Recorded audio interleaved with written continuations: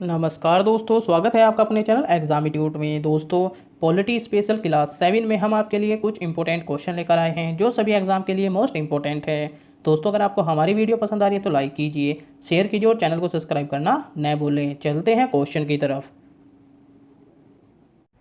Question number 1, भाषीय आधार पर गठित होने वाला भारत का पहला राज्य कौन सा था?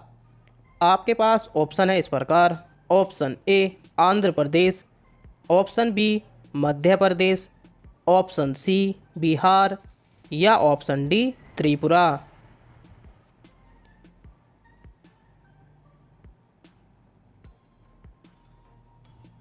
इसका सही आंसर है दोस्तों option A Andhra Pradesh. Detail में जान लेते हैं दोस्तों इसके बारे में।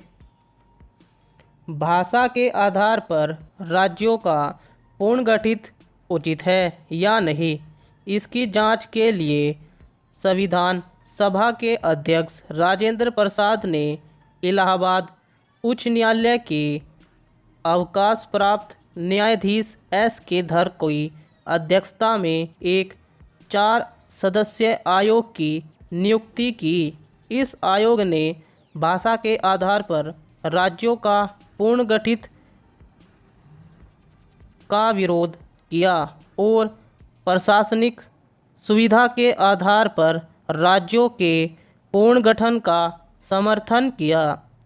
धर आयोग के निर्णयों की परीक्षा करने के लिए कांग्रेस कार्य समिति ने अपने जयपुर अधिवेशन में जवाहरलाल नेहरू, वल्लभ भाई पटेल और पटाभी सीतारमैया की एक समिति का गठन किया। इस समिति ने भाषाई आधार पर राज्यों के पुनर्गठन की मांग को खारिज कर दिया।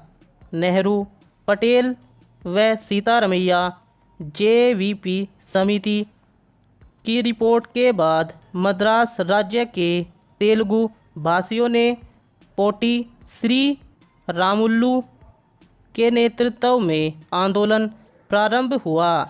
56 दिन के आमरण अनशन के बाद 15 दिसंबर 1952 ईस्वी को रामलुलु की मृत्यु हो गई। रामलुलु की मृत्यु के बाद प्रधानमंत्री नेहरू ने तेलुगु भाषियों के लिए पृथक आंध्र प्रदेश के गठन की घोषणा कर दी।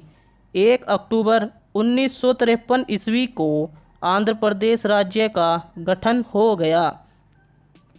यह राज्य स्वतंत्र भारत में भाषा के आधार पर गठित होने वाला पहला राज्य था। राज्य पुनर्गठन आयोग के अध्यक्ष फजल अली थे। इसके अन्य सदस्य पंडित हृदयनाथ कुंजरू और सरदार के.एम. पणिक्कर थे। राज्य पुनर्गठन अधिनियम जुलाई 1956 में पास किया गया। इसके अनुसार भारत में राज्य व केंद्र शासित प्रदेश स्थापित किए गए। अगले क्वेश्चन की तरफ चलते हैं दोस्तों। क्वेश्चन नंबर 2, निम्न में से कौन संविधानेतर संस्था है? आपके पास ऑप्शन है इस प्रकार। ऑप्शन ए संघ लोक सेवा आयोग, ऑप्शन बी वित्त आयोग, ऑप्शन सी योजना आयोग या ऑप्शन डी चुनाव आयोग।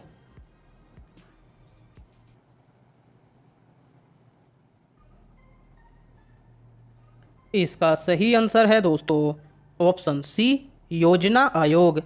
डिटेल में जान लेते हैं दोस्तों इसके बारे में।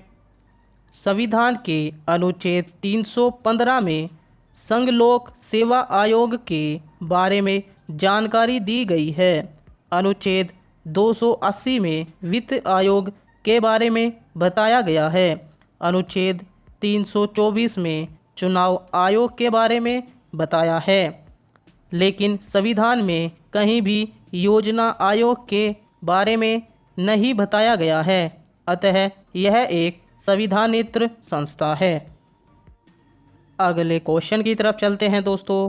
क्वेश्चन नंबर 3, भारत में प्रथम योजना आयोग के अध्यक्ष कौन थे? आपके पास ऑप्शन है इस प्रकार। Option A M Visvesvaraya, option B Pandit Jawaharlal Nehru, option C PC Mahalanobis या option D John Mathai.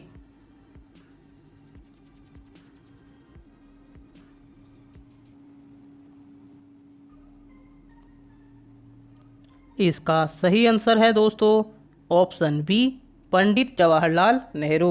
Detail में जान लेते हैं दोस्तों इसके बारे में। भारत का योजना आयोग भारत सरकार की एक संस्था थी जिसका प्रमुख कार्य पंचवर्षीय योजनाएं बनाना था। प्रधानमंत्री नरेंद्र मोदी ने 2014 में अपने पहले स्वतंत्र दिवस के भाषण में यह कहा कि उनका इरादा योजना कमीशन को भंग करना है। 2014 में इस संस्था का नाम बदलकर नीति आयोग राष्ट्रीय भारत परिवर्तन संस्था किया गया। भारत में योजना आयोग के संबंध में कोई संवैधानिक प्रावधान नहीं है। 15 मार्च 1950 को केंद्रीय मंत्रिमंडल द्वारा पारित प्रस्ताव के द्वारा योजना की स्थापना की गई थी। योजना आयोग का अध्यक्ष प्रधानमंत्री होता है। 13 अगस्त 2014 को योजना आयोग खत्म कर दिया गया और इसकी जगह पर नीति आयोग का गठन हुआ। नीति आयोग भारत सरकार की एक थिंक टैंक है। योजना आयोग का हेड क्वार्टर योजना भवन के नाम से जाना जाता था। यह नई दिल्ली में है। अगले क्वेश्चन की तरफ चलते हैं दोस्तों। क्वेश्चन नंबर 4, निम्न में से कौन योजना आयोग का उपाध्यक्ष नहीं रहा है? आपके पास ऑप्शन है इस प्रकार। Option A doctor Manmohan Singh, option B Pranab Mukherjee, option C P Chidambaram या option D Montek S Ahluwalia.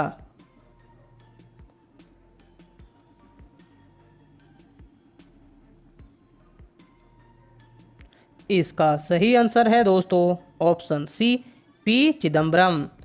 Detail में जान लेते हैं दोस्तों इसके बारे में। डॉक्टर मनमोहन सिंह जी 1985 से 1987 की अवधि में भारत के योजना आयोग के उपाध्यक्ष के रूप में कार्य करते रहे। प्रणब मुखर्जी 1991 से 1996 तक योजना आयोग के उपाध्यक्ष पर रहे। मोंटेक एस अहलूवालिया 2004 से 2014 तक वह योजना आयोग के उपाध्यक्ष पर रहे। पी चिदम्बरम कभी भी योजना आयोग के उपाध्यक्ष नहीं रहे हैं। अगले क्वेश्चन की तरफ चलते हैं दोस्तों। क्वेश्चन नंबर 5, भारत में राष्ट्रीय विकास परिषद कब गठित की गई थी? आपके पास ऑप्शन है इस प्रकार। ऑप्शन ए 26 जनवरी 1950, ऑप्शन बी 2 अक्टूबर 1950, ऑप्शन सी 6 अगस्त 1951 या ऑप्शन डी 6 अगस्त 1952।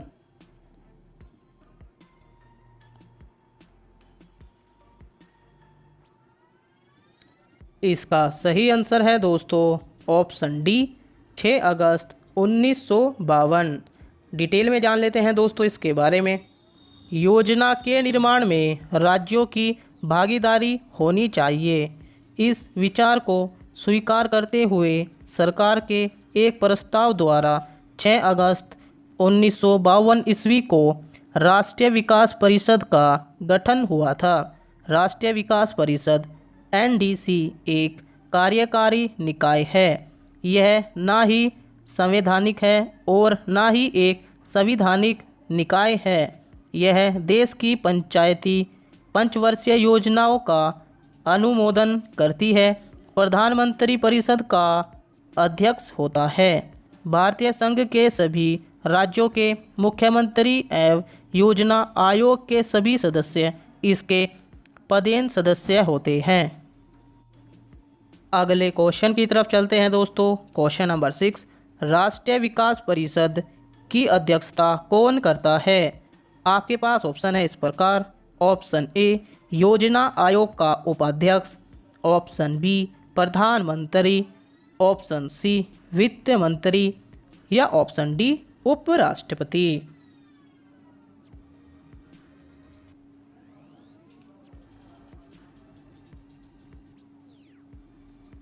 इसका सही आंसर है दोस्तों ऑप्शन बी प्रधानमंत्री।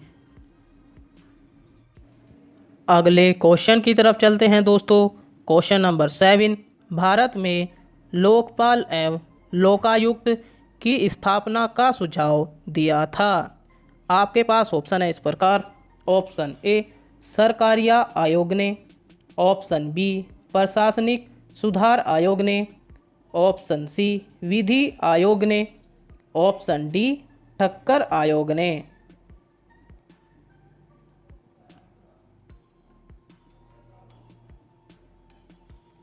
इसका सही आंसर है दोस्तों ऑप्शन बी प्रशासनिक सुधार आयोग ने। डिटेल में जान लेते हैं दोस्तों इसके बारे में। विदेश में लोकपाल जैसी संस्था काफ़ी साल पहले से है, लेकिन भारत में इसका प्रवेश साल 1967 में हुआ। इस वक्त पहली बार भारतीय प्रशासनिक सुधार आयोग ने भ्रष्टाचार संबंधी शिकायतों को लेकर लोकपाल संस्था की स्थापना का विचार रखा था। हालांकि इसे स्वीकार नहीं किया गया था। अगले क्वेश्चन की तरफ चलते हैं दोस्तों। क्वेश्चन नंबर 8, ओम्बुड्समैन का भारतीय प्रतिमान है। आपके पास ऑप्शन है इस प्रकार। Option A Lokpal, option B tehsildar, option C राज्यपाल या ऑप्शन डी जमींदार।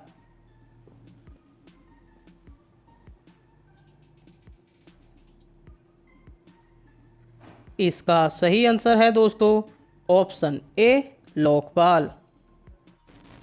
अगले क्वेश्चन की तरफ चलते हैं दोस्तों। क्वेश्चन नंबर 9, लोकसभा में राज्यों को किस आधार पर सीटें आवंटित होती है। आपके पास ऑप्शन है इस प्रकार।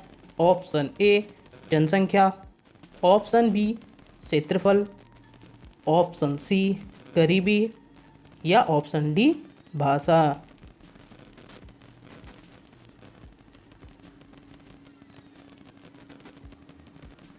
इसका सही आंसर है दोस्तों ऑप्शन ए जनसंख्या। डिटेल में जान लेते हैं दोस्तों इसके बारे में। लोकसभा को भारतीय संसद का निम्न सदन या आम जनता का सदन कहा जाता है। लोकसभा वयस्क मताधिकार के आधार पर लोगों द्वारा प्रत्यक्ष मतदान से चुने हुए प्रतिनिधियों से गठित होती है। भारतीय संविधान के अनुसार सदन में सदस्यों की अधिकतम जनसंख्या 552 तक हो सकती है, जिसमें से 530 सदस्य विभिन्न राज्यों का और 20 सदस्य केंद्र शासित प्रदेशों का प्रतिनिधित्व कर सकते हैं। सदन में पर्याप्त प्रतिनिधित्व नहीं होने की स्थिति में भारत का राष्ट्रपति यदि चाहे तो आंग्ल भारतीय समुदाय के 2 प्रतिनिधियों को लोकसभा के लिए मनोनीत कर सकता है। लोकसभा की कार्यावधि 5 वर्ष है, परंतु इसे समय से पूर्व भंग किया जा सकता है। अगले क्वेश्चन की तरफ चलते हैं दोस्तों। क्वेश्चन नंबर 10 लास्ट क्वेश्चन है दोस्तों, क्वेश्चन ऑफ द डे। राष्ट्रपति द्वारा राज्यसभा में कितने सदस्य मनोनीत किए जाते हैं। आपके पास ऑप्शन है इस प्रकार। Option A 10, option B 12, option C 15 या ऑप्शन डी 20। दोस्तों जैसे कि आप सभी को पता है क्वेश्चन ऑफ द डे का आंसर आपको कमेंट बॉक्स में करना होता है।